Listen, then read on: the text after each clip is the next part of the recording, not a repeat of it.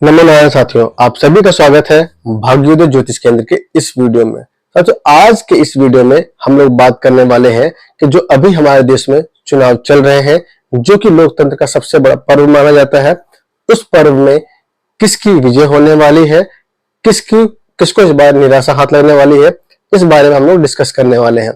हम लोग जानने की कोशिश करेंगे कि क्या प्रधानमंत्री मोदी का जो उनका लक्ष्य है इस बार 400 पार का, वह पूरा होगा या नहीं होगा, या फिर विपक्ष उनके विजय रथ को रोकने में कामयाब होगा या नहीं होगा। साथियों, वीडियो को लंबा नहीं करते हैं और हम शुरू करते हैं आज की अपनी इस यात्रा को। साथियों, मेरी इस यात्रा का जो मेन सोर्स है, जब मैंने चुनाव के लिए अपना वोट दिया था उस समय का समय।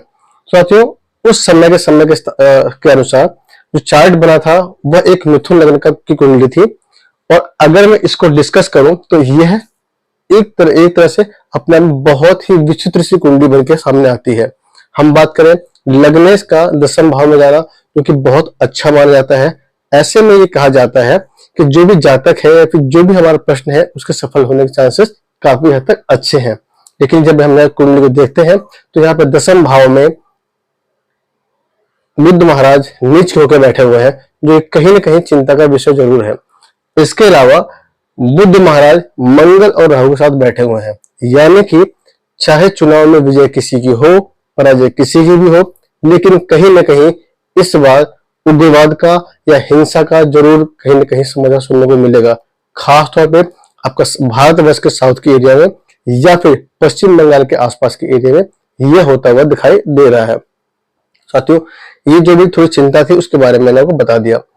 अब बात करते हैं कि इस बार पार्टी वाइज किसको कितने कितने सीटें मिल सकती हैं। साथियों, क्योंकि यहाँ पे इस बार 7वें भाव का स्वामी एकादश भाव में बैठा हुआ है, और एकादश भाव का स्वामी यानी एकादश में गुरु महाराज बैठ के 7वें भाव को अपने दृष्टि दे रहे हैं, यानी कि इस बार मोदी जी पिछली 2 बार की तरह इस बार भी अपने जो उनके विपक्षी दल है या फिर जो उनके विपरीत उसके विपक्ष में लोग खड़े हैं, उनको किसी न किसी प्रकार से दोबारा से एक बार परास्त करने में सक्षम होंगे। लेकिन क्योंकि यहाँ पे बुध के साथ राहु और मंगल बैठे हुए हैं और गुरु महाराज अपने शत्रु के साथ बैठे हुए हैं, तो कहीं ना कहीं उनकी जो अभिलाषा है, उनकी जो मनोकामना है, वो पूरी होती हुई दिखाई नहीं दे रही है।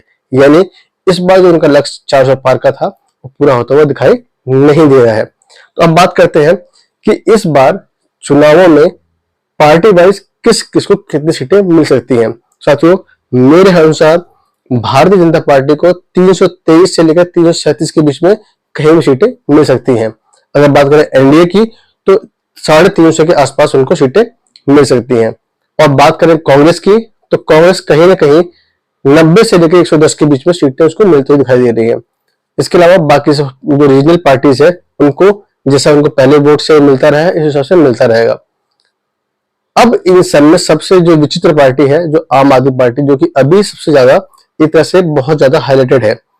जब से अरविंद केजरीवाल जेल गए हैं तब से खास तौर पे इसका अभी हालत है।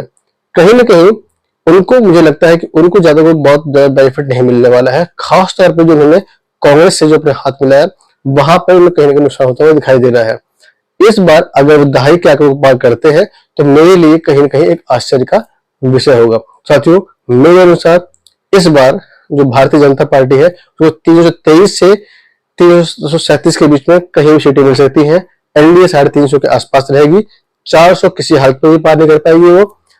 बात करें कांग्रेस की, कांग्रेस 90 से लेकर 100 सीटों के आसपास में रहने वाली है, और आम आदमी पार्टी वह दहाई के आंकड़े को पार नहीं कर पाएगी।